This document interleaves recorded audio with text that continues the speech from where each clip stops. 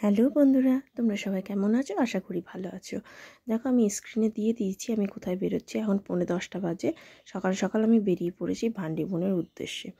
পশ্চিমবঙ্গে বীরভূম জেলার অন্তর্গত একটা ভান্ডিবনে গোপালবাড়ি শিব মন্দির এবং কালী মন্দিরে খুব নামকরা ছোট্ট গ্রাম, তাই ওটা এক সাইডে পড়ে থাকে। তাই তোমাদেরকে আজ দেখাচ্ছি তোমরা ওখানে কিভাবে যাবে, ওখানে গিয়ে ভোগ কিভাবে পাবে। তাই স্কিপ না করে পুরো ভিডিওটা দেখো আর এনজয় করো। চলো। সিউড়ি থেকে 12 কিলোমিটারের দূরত্বে এই ভান্ডিরবন। তোমরা সিউড়ির বাসস্ট্যান্ডে যে কোনো অটো বা টোটো রিজার্ভ করে এখান থেকে যেতে পারবে। ওখানে 350 থেকে 400 টাকা নেয় রিজার্ভ করতে। এবার তোমরা যজন সেটা যেতে পারো, কিন্তু সেটা রিজার্ভ করেই যেতে হবে, কেননা ভান্ডিবন যাওয়ার জন্য স্পেশাল কোনো গাড়ি বা বাস ছাড়ে না। কারণ আমি এটা প্রথমেই বলেছি, পুরোটা গ্রাম্য এলাকা। দেখো, তোমাদেরকে বলতে বলতে আমি এখন গোপালবাড়ি পৌঁছে গেছি। গোপালবাড়ির ভেতরে প্রবেশও করে ফেলেছি। দেখো, জায়গাটা এত সুন্দর, আর মন্দির এলে মনে হয় যে মনটা যেন সংসার ত্যাগ হয়ে গেছে, শুধু মন্দিরেই পড়ে থাকতে ইচ্ছা হয়। আর জায়গাটা আমার এত ভালো লেগেছে, ফাঁকা নির্জনের মধ্যে। আজ মানুষের ভিড়ও প্রচুর। এখানকার মানুষরা বললেন এতটা ভিড় হয় না, কিন্তু আজকে ভিড়টা সত্যিই অনেকটাই বেশি। দেখো, আমি আর মাম্মাম উঠে পড়েছি। এটা হলো আমাদের গোপু সোনা। তো মাম্মাম গোপু সোনাকে দেখার পর এখানে আমি আর মাম্মাম 3 রাউন্ড দিয়ে দেবো।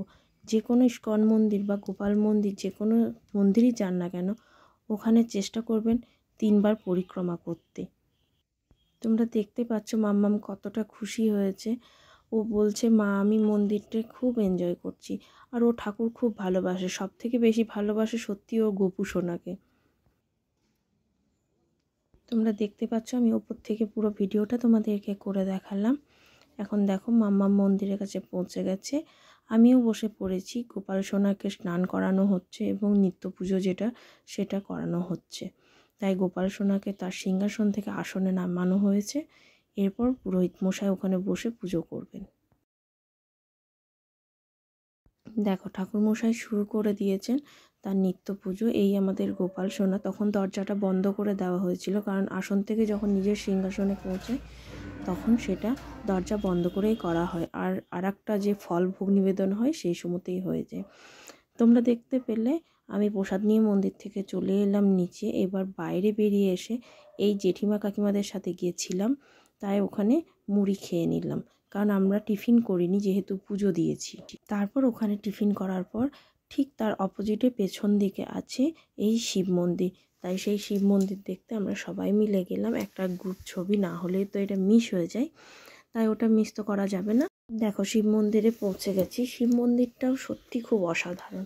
আমার তো এই মন্দিরে বসে থাকতে খুব ইচ্ছা করছিল, কিন্তু আমাদের হাতে অতটাও সময় নেই। দেখো, আমি প্রত্যেকটা জিনিস তোমাদেরকে দেখানোর চেষ্টা করছি আমার যতটা সম্ভব হয়েছে।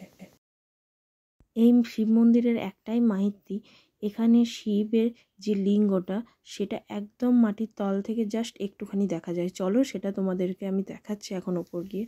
যেহেতু দরজা বন্ধ আছে, আমি তো ভেতরে ঢুকতে পারবো না, তাই জুম করে যতটা দেখাতে পারবো আমি দেখানোর চেষ্টা করছি। দেখো, উপর থেকে পুরো ভিউটা কত সুন্দর লাগছিল।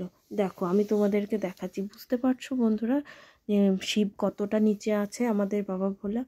এটা পুরো সাইড সিন ভিউ, মানে এত সুন্দর, আমার আর দেখেই মন ভরে যাচ্ছে, কিছু কথা বেরোচ্ছে না। জাস্ট তার পাশেই অবস্থিত আমাদের মৌরাক্ষী নদী, সেটাও একটু দেখতে চলে গেলাম। শিব মন্দির থেকে 200 মিটার মতন হাঁটতে হয়, তাই ওখানে দেখো আমি নদীটা দূর থেকে ক্যাপচার করেছি। তারপরের দিন আমি মন্দির চলে এলাম, কারণ ভোগ খাওয়ার সময় হয়েছে। তোমরা দেখতে পাচ্ছ সবাই বসে গেছে। মাম্মামের জন্য আমি বাড়ি থেকে একটুখানি খিচুড়ি করে নিয়ে গেছিলাম, কারণ বুঝতে পারছিলাম না ওখানে ও খাবে কিনা। ও তো বাইরে আবার সব কিছু খায় না। এখানে কাকু কুপন কালেকশন করছে, এরপর পাতা দেওয়া হচ্ছে। এরপর ভোগ আসবে। মাম্মাম দেখো বলছে আমি পাতা নেব, তাই ওর বাবা বলছে না থাক, কিন্তু আমি বললাম চলো দিয়েই দাও, ও তো বাচ্চা, যতটা খায় খাবে, না খায় না খাবে। তাই আমরা সবাই পাতা নিয়ে বসে পড়েছি।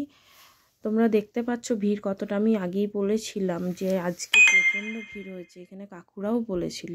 দেখো, প্রথমে আমাদের গোপাল সোনার ভোগটা দেওয়া হলো, এরপরে দিয়ে দিল মহাঅন্ন। এই মহাঅন্নের সুগন্ধটা এত সুন্দর, দারুণ লাগছিল। এরপর দেখো একটা শাক আলু দিয়ে কোনো ভাজা টাইপের তরকারি টাইপ বানিয়েছিল, তো এটা ভাজা না তরকারি আমি ঠিক বুঝতে পারিনি। এরপরে এলো একটা মিক্স তরকারি। তারপরে আমি ডালের জায়গা করে নিলাম, দেখলাম ডাল আসছে। আর জায়গা না করলে তো পাতা বুঝতেই পারছো চারিদিকে হয়ে যাবে, তাই আমি ছোট্ট করে একটু জায়গা করে নিলাম।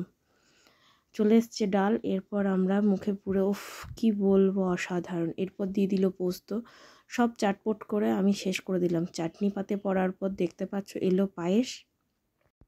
মন্দিরের ভোগের নিয়ে বলাই অতুল্য, যেটাই বলবো সেটাই কম। বাড়িতে আমরা নিরামিষ খেতে পারি না, আর মন্দির গেলে মনে হয় এটাই অসাধারণ খাবার। তারপরে মিষ্টি দেওয়ার পর আমরা এখান থেকে বেরিয়ে গেলাম সেই কালী মন্দিরের উদ্দেশ্যে। কালী মন্দিরের নামটাও ডিটেলস দিয়ে দিলাম। এই হচ্ছে মন্দির। ঢুকে দেখি মায়ের মন্দির বন্ধ, কিন্তু মা নিজেকে দর্শন দিয়েই দিল। তো ভিডিওটা ভালো লাগলে প্লিজ সাপোর্ট করো, সাবস্ক্রাইব করো। Bye bye.